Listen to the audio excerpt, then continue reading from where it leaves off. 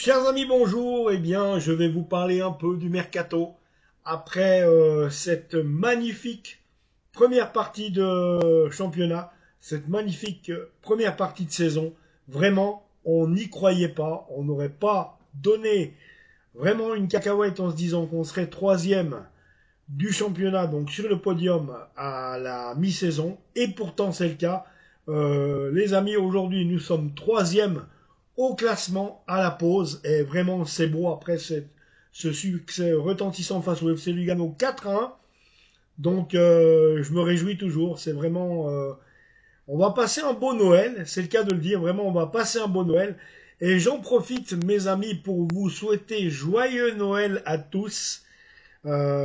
Puisque, ben oui, on fête Noël en étant troisième, en étant sur le podium. Vraiment, j'adore le dire, j'adore le penser, et c'est la raison pour laquelle, eh ben là, je peux vous souhaiter un joyeux Noël, mes amis, parce que très franchement, je crois que, ça fait plaisir.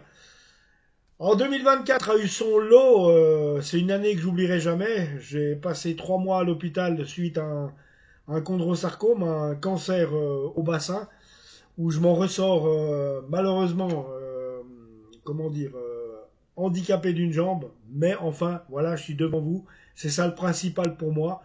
Et puis, je suis là, j'ai été aussi invité par, cette année aussi, ça va rester aussi un grand moment pour moi, j'ai été invité par comment dire, par le club des fidèles du Lausanne Sport. C'est vraiment ce qui a été un grand soir pour moi, où on a partagé un repas en toute intimité. Et c'était vraiment très sympathique de rencontrer tous ces gens, des fidèles du FC Lausanne Sport, des anciens supporters, des solides comme Marco. Hein, Marco qui va se reconnaître s'il voit la vidéo. Marco qui a tous les matchs, extérieur, intérieur. Le mec avec Serge. Donc je vous salue en tout cas tous, l'équipe des fidèles du Lausanne Sport. Je vous salue tous. En attendant, l'année finit bien. Je pensais pas être aussi bien donc suite à ce cancer. Et en plus, on finit sur le podium, troisième. Donc les amis, je crois que ça aurait pu finir beaucoup plus mal. Je serais peut-être même plus là pour vous en parler si ça se trouve. J'aurais même plus été là pour voir ça. Donc non, voilà quoi. Alors non, mais je vous souhaite une excellente année 2025 aussi. On espère tous qu'elle sera meilleure. C'est clair que bah, pour moi, en ce qui me concerne, je serais content de voir une meilleure année que celle de 2024. Mais finalement, elle finit très très bien. Je suis parmi vous, on est troisième. Ça pour moi, ça compte. Donc c'est ça que je voulais vous dire. Puis je voulais vous remercier aussi pour votre présence sur la chaîne. Sur le groupe aussi, Lausanne Sport Débrief, qui a 700 membres passés, 700 et quelques membres, c'est un truc de fou. Donc continuez à vous abonner au groupe et continuez surtout, faites-moi plaisir à vous abonner à la chaîne, puisque ben, ça donnerait de la force à la chaîne. Parce que voilà quoi, c'est très important pour moi, très important pour notre communauté autour du Lausanne Sport. Je tiens aussi à vous dire que 2024, c'est l'année de la rencontre avec les frères Imfeld et Corentin, avec qui je partage une émission sur la chaîne La Buvette Lausannoise. Donc allez voir sur YouTube, tapez La Buvette Lausannoise dans la barre de recherche et vous tomberez sur cette chaîne où on fait une émission par mois. Donc ça aussi, ça a été vraiment une réussite, c'est un début assez sympa. On avait reçu Daniel Romano à la première. Et puis, ben, on va continuer à essayer de faire les choses comme il faut, quoi. Donc voilà les points les plus importants dans l'année. Puis les plus importants, c'est que vous et votre famille, eh bien, vous portiez bien. Prenez soin de vous, les amis, surtout ça, j'insisterai jamais assez. Maintenant, alors, je vais vous dire quand même deux, trois mots sur le mercato que j'ai un petit peu entendu, qui me sont arrivés un peu dans les oreilles. Alors, on va pas se mettre Bartel en tête.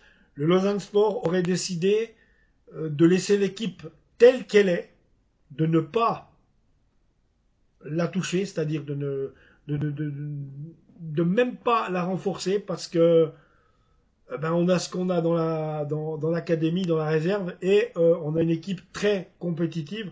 On a des joueurs qui sont capables d'être titulaires sur le banc. Donc c'est ce qu'a dit Ludovic Magnin. À partir de là, il est tranquille.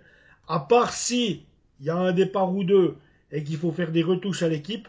Donc il y a déjà des pistes déjà suivies si des joueurs devaient nous quitter, mais en principe pas.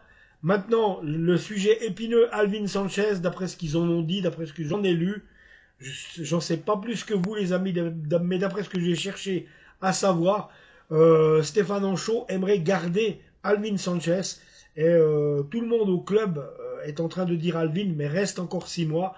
Le plus judicieux, ce serait que tu restes jusqu'au mois de juin et qu'après ben, tu fasses ta route. Mais ce qui serait bien, c'est que tu puisses rester parce que certainement, et même peut-être, que cette saison, rien ne nous est interdit de rêver, puisqu'on peut rêver à un titre, on peut rêver à un titre cette année, clairement, si les choses devaient bien tourner. Pourquoi pas une Coupe de Suisse, comme Servette l'a fait la saison passée. On est en quart de finale contre Bellinzone, donc vous voyez que c'est pas impossible d'arriver dans le dernier carré déjà.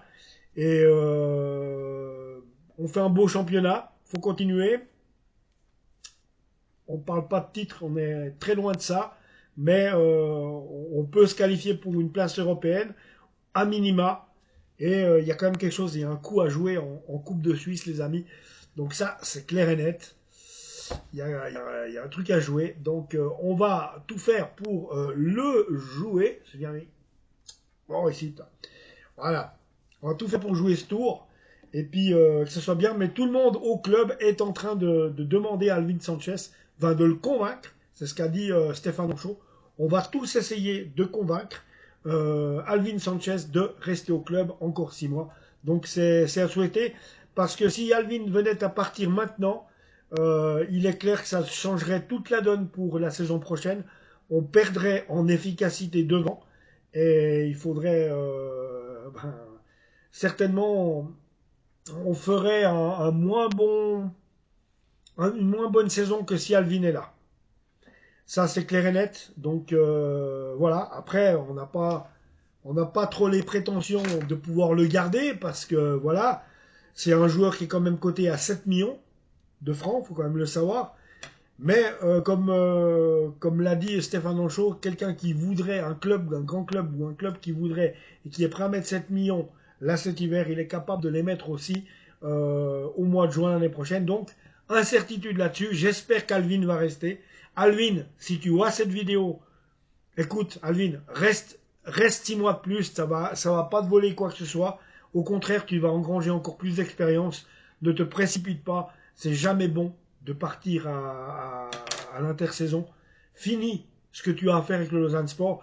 Peut-être que tu vas écrire une page d'histoire avec ce LS en remportant pourquoi pas une Coupe de Suisse, en mettant un Lausanne Sport en Coupe d'Europe, pourquoi pas.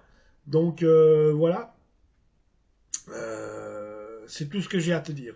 Donc voilà les amis, c'est tout ce qu'il y a pour l'instant. Je viendrai vous faire des vidéos en cas où il y a des nouvelles ou des transferts ou qu'on parle de mercato. Mais pour l'instant, tout reste à status quo.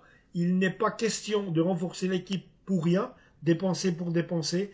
Seulement on le fera, ils le feront, j'ai envie de vous dire, pas, moi j'ai rien à voir dans la choucroute, mais ils le feront certainement s'il y a des retouches à faire, c'est ce qui a été dit. Et en ce qui concerne Alvin Sanchez, tout le monde au club essaye de le persuader de rester encore 6 mois.